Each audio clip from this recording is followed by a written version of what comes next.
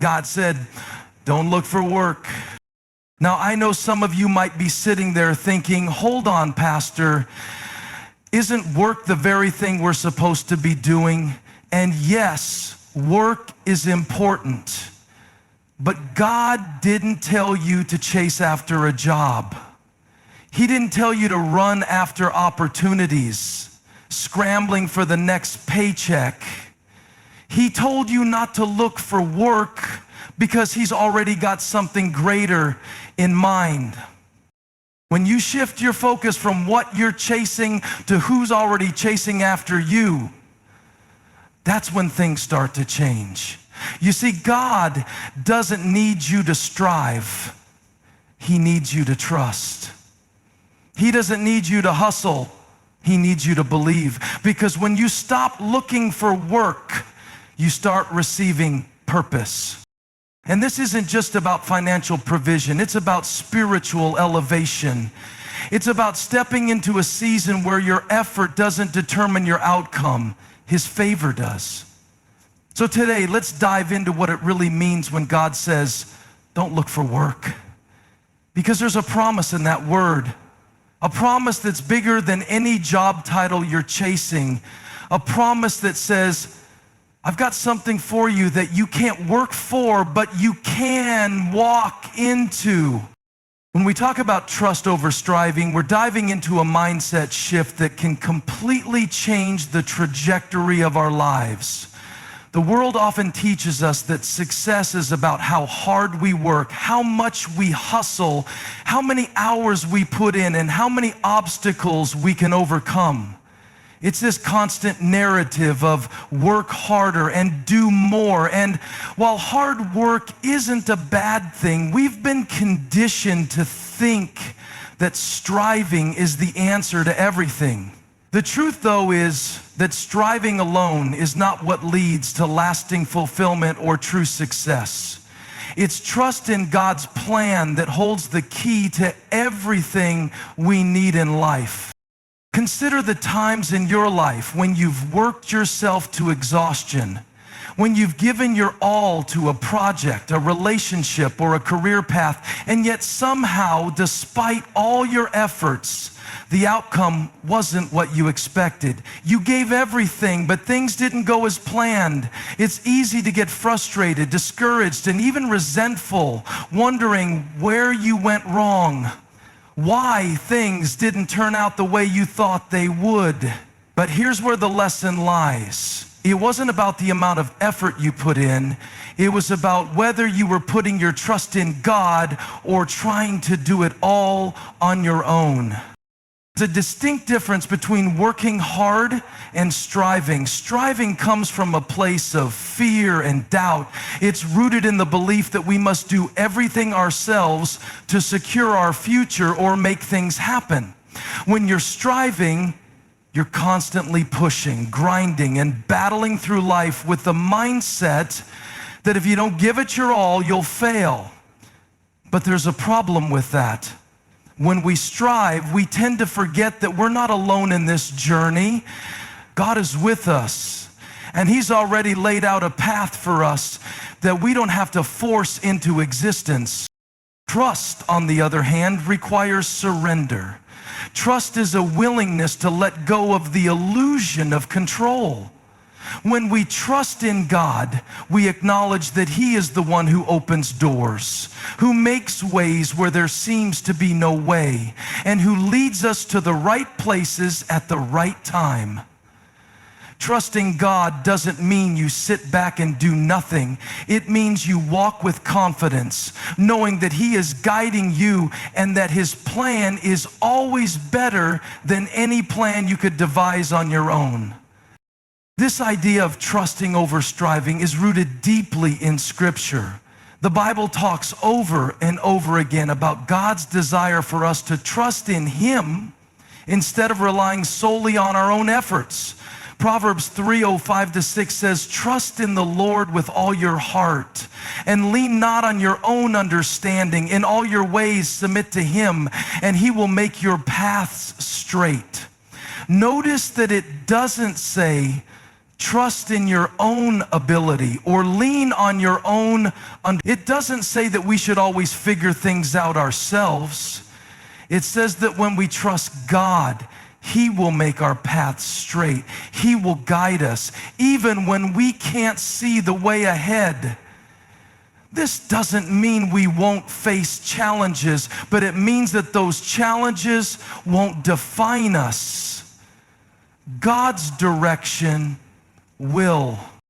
We've all been in situations where it feels like we're doing everything right, putting in the work, following the steps, and yet it feels like we're getting nowhere. It's frustrating. It makes you question if you're on the right path. But here's the secret. In those moments when everything feels out of your control, that's when trust becomes the most important thing. Trusting that God sees what you can't. Trusting that He's already working behind the scenes even when you don't understand it. Trust isn't blind. It's faith in the unseen. It's knowing that God has already written your story and He's taking you to places you can't even imagine. One of the most powerful lessons about trust is seen in the lives of biblical characters who had to learn this the hard way. Take Abraham, for example. God promised Abraham that he would be the father of many nations, but Abraham was 75 years old and had no children. For years he trusted, and yet the promise seemed delayed. In his human understanding, it didn't make sense. But God had a bigger plan, a plan that was far greater than Abraham could ever have anticipated. Abraham didn't have to strive to make God's promise come true. He simply had to trust. Similarly, when we try to strive for things that aren't in alignment with God's will for us, we end up working harder than necessary and often find ourselves frustrated and stuck. But when we trust, we allow God to move in ways we couldn't have predicted, orchestrating things in the background, making connections, opening doors, and providing resources in a way that's beyond our own ability. Trust means resting in the knowledge that God is in control, even when we don't see immediate results. The key here is balance. Trusting over striving doesn't mean doing nothing. It doesn't mean you sit idle while waiting for a miracle. Trusting in God's plan means doing what you can do, but doing it with peace in your heart, knowing that God will take care of the rest. You can put in your best effort, but you can also let go of the pressure to make everything work out according to your timeline or your own limited vision. You can trust that God's timing is perfect, even when it doesn't match yours. This shift in mindset requires patience. It requires letting go of the constant need to hustle and grind and learning how to wait on God. But waiting doesn't mean wasting time. It means trusting in the process. It means knowing that every season of life, whether it's filled with activity or quiet waiting, has a purpose and God's plan for you. The Bible speaks of this kind of patience in Romans 8:28, where it says, "And we know that in all things God works for the good of those who love Him, who have been called according to His purpose." Even when it feels like nothing is happening, God is still at work in your life, moving things into place, preparing you for the next step. Trusting over striving also involves letting go of fear, fear of failure, fear of missing out, fear of not being enough. These fears are the roots of striving. They're the voices that tell you that if you don't keep pushing, you won't get where you need to be. But God has not called you to live in fear. He's called you to live by faith. Fear only exists when we forget to trust in His provision, His timing, and His ability to lead us to where we need to go. So the next time you find yourself feeling overwhelmed by the weight of striving, take a moment to pause, breathe, and remember that God is with you, guiding you and working on your behalf. You don't have to do it all on your own. You don't have to hustle and grind until you burn out. Trust in His plan. Trust that He has already provided everything you need for the journey ahead. And when you do, you'll find that the burdens you once carried become lighter and the path ahead becomes clearer. We live in a world that constantly tells us to hustle, grind, and fight for everything we want. The culture of hard work and effort is ingrained in us from a young age. We're told that success is earned through sweat and sacrifice, and that if we're not constantly pushing ourselves to the limit, we'll fall behind. It's easy to get caught in this mindset, thinking that the only way to succeed is by working harder than everyone else. But the truth is, God's favor is not something you can work for, it's something you receive. And when you understand that your success doesn't depend on your effort, but on God's favor, it changes everything. We all know what it feels like to put in maximum effort and still not get the results we were hoping for. It's frustrating. You show up every day, give your all, and yet the doors don't open, the opportunities don't materialize, and the success you're striving for seems just out of reach. This is where the concept of favor comes into play. Favor is not something you can earn by working harder or by pushing yourself beyond your limits. Favor is a gift from God. And it's something that will position you for success in ways that your effort alone never could. In the book of Psalms, it's written, "For you, O Lord, bless the righteous. You cover him with favor as with a shield." Psalm 5:12. This verse is a powerful reminder that favor is not earned through human effort, but is something that God bestows upon us. It's a shield of protection, a blessing that comes from His hand. When you're walking in God's favor, you don't have to fight for every opportunity or strive for every breakthrough. God will open doors for you that no amount of effort could ever unlock on your own. Imagine for a moment that you're standing in front of a door that you've been knocking on for years. You've tried every angle, applied all your effort, and given it your best shot, but that door just won't open. The world tells you to try harder, to keep pushing, to never give up, but God's favor works differently. Instead of endlessly striving to open that door, God will step in and open it for you at the right time. His favor will create opportunities you couldn't have planned for, align circumstances in ways you could never have predicted, and bring people into your life who will help you accomplish what you couldn't have achieved alone.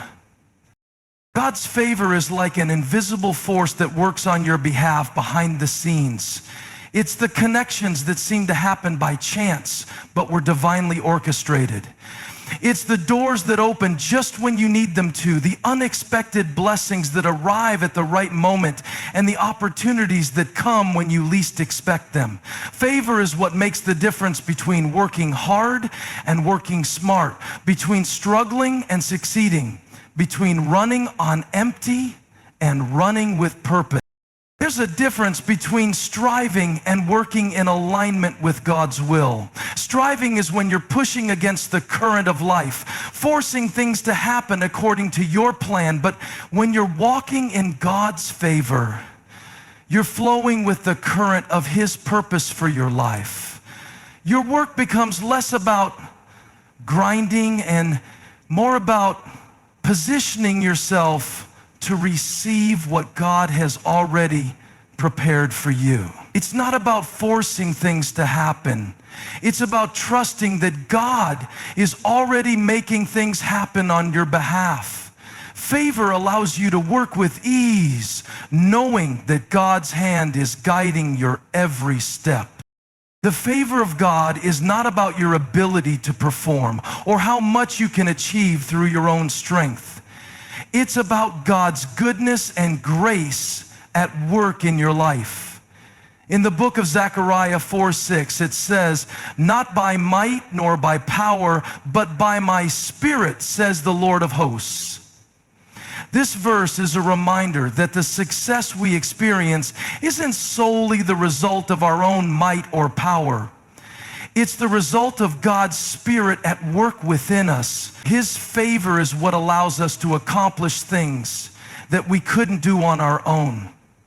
It's His favor that opens doors that no human effort could ever unlock. This doesn't mean that effort and hard work don't have their place. Of course, we are called to be faithful, to show up and to do our best. But what it means is that our success is not determined by how hard we work alone. It's determined by God's favor. When you recognize that God's favor is the key to your success, it changes the way you approach your work. You stop stressing over every detail, every decision, and every step. Instead, you begin to trust that God is orchestrating everything for your good. You begin to understand that the outcome isn't in your hands alone. It's in God's hands, and He's got it covered. One of the most powerful examples of favor in the Bible is the story of Joseph. Joseph was sold into slavery by his own brothers, unjustly accused and thrown into prison. It would have been easy for him to become discouraged, bitter, and angry. He could have given up on his dreams and stopped believing in the possibility of a better future. But Joseph understood that favor doesn't depend on your circumstance. He trusted that God's favor would bring him to the place he was destined to be, no matter how dire his situation seemed. And God's favor did just that. Joseph went from the pit to the palace, and his story is a testament to how favor can turn your life around in ways you never imagined. Favor is also about trusting God's timing. You may not see the results of your efforts immediately, and sometimes that can be frustrating. But when you're walking in God's favor, you learn to trust that His timing is perfect. There are seasons in life where it feels like nothing is happening, like you're stuck in a holding pattern, but God is still at work. He is preparing you for what's ahead, aligning everything so that when the moment comes, you'll be ready to step into the opportunity He's been preparing for you all along. One of the greatest misconceptions about favor is that it means everything will be easy. In reality, God's favor often comes with challenges. The favor He bestows upon us doesn't mean we won't face difficulties or hardships. In fact, sometimes favor places us in situations where we have to rely on God even more. But favor is what carries us through those challenges. It's what makes the impossible possible, what enables us to keep moving forward when we feel like giving up. There will be moments when you feel like you're not getting anywhere, when the doors seem closed, and when your efforts don't seem to yield the results you were hoping for. In those moments, remember that favor is not earned by what you do, but is given to you by God. Your success doesn't come from your striving, but from His blessing. When you stop trying to make things happen on your own and trust that God's favor is already at work in your life, you'll find that everything you need will come at the right time. Favor is a gift, and when you realize this, you stop measuring your success by how hard you work and start measuring it by how much favor you've received. It's not about what you can do, it's about what God is doing through you. So instead of focusing on how much you're striving to achieve, focus on walking in God's favor.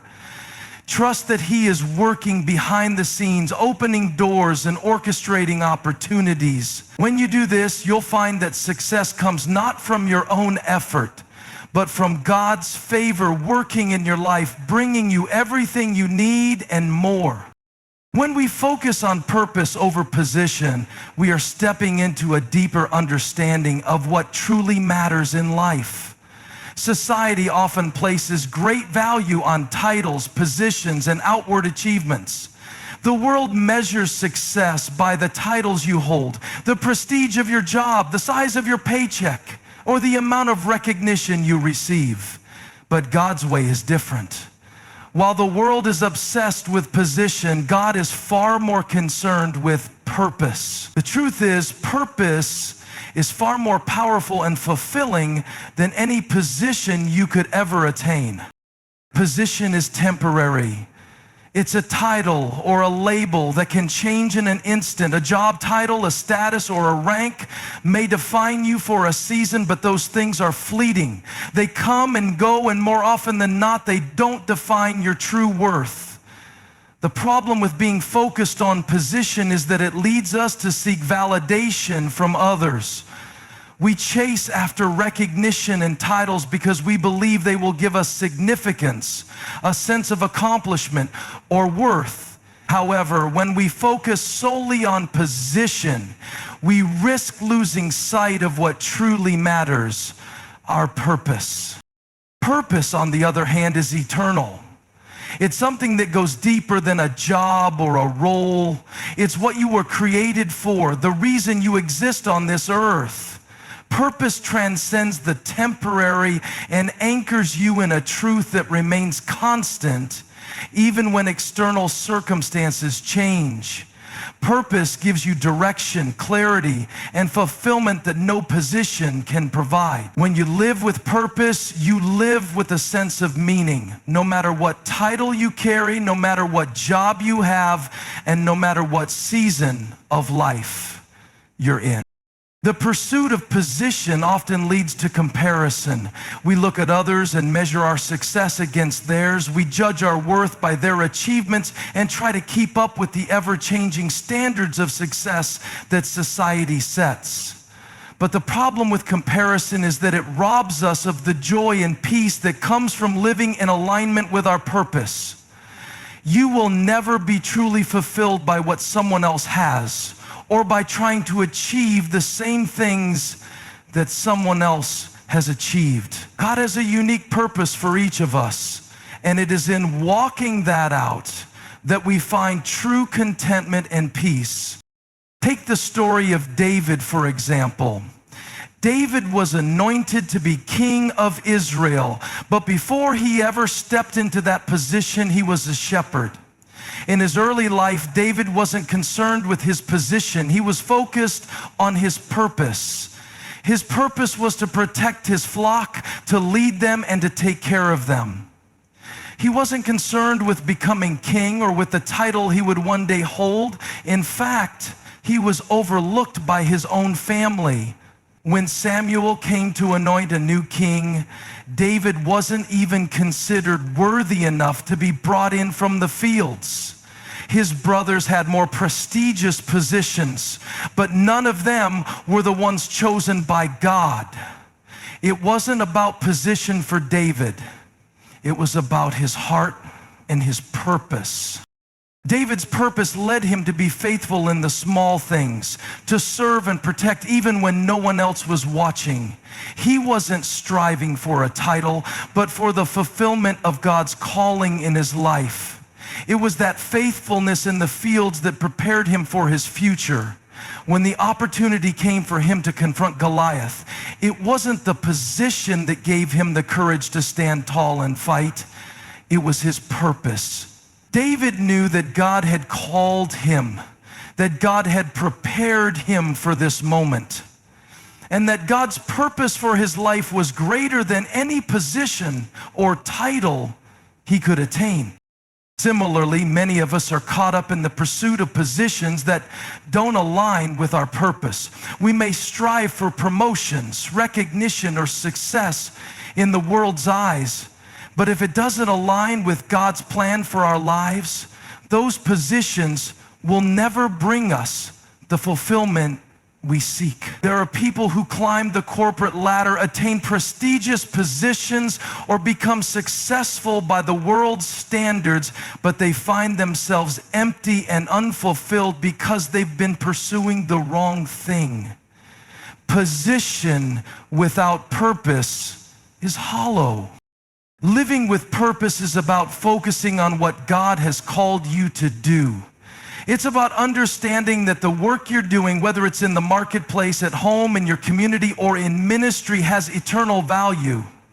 Purpose is not limited to a job title or a career path. Purpose is the unique calling God has placed on your life, the impact He's destined you to have in this world. It's not about what you do for a living.